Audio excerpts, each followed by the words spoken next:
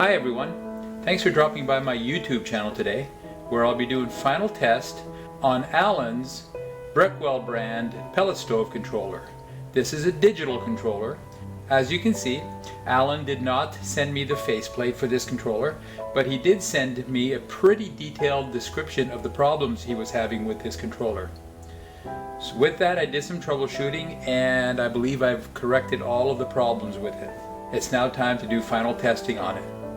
I have it connected to my tester, and my tester's been on for at least 30 minutes now, so the controller is in idle mode.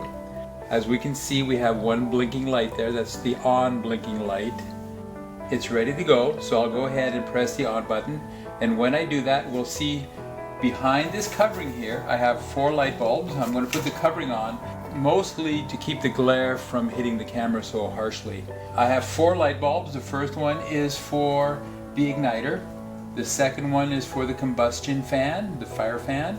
The third one is the auger motor, and the fourth one is the convection or room fan. You'll see those go on and off as I cycle through some of the testing. So let me go ahead and turn on the controller and we'll see some of the lights come on.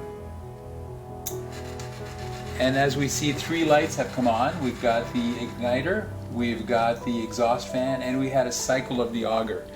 Behind this faceplate I have an actual auger motor, and that auger motor drives this front decal. As we see it spin there, you might also hear it.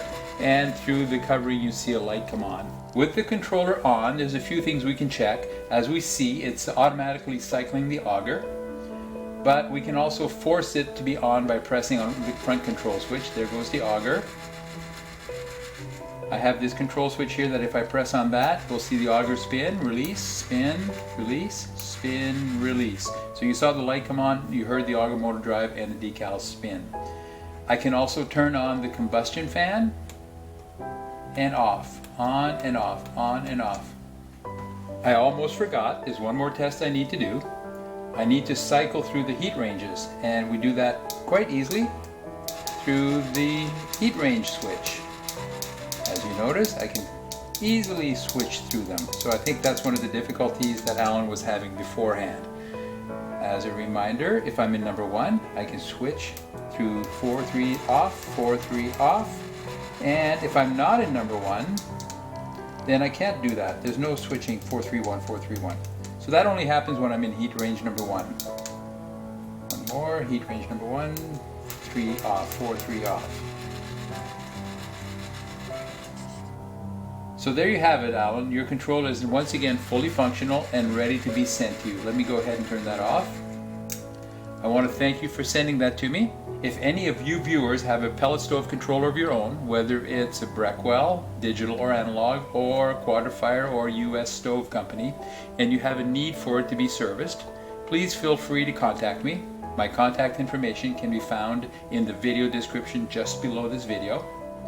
In the meantime, I hope you'll take a few moments to give this video a thumbs up and to subscribe to my channel. I would appreciate that very much. Alan, thank you, and thanks to all you viewers. Bye-bye.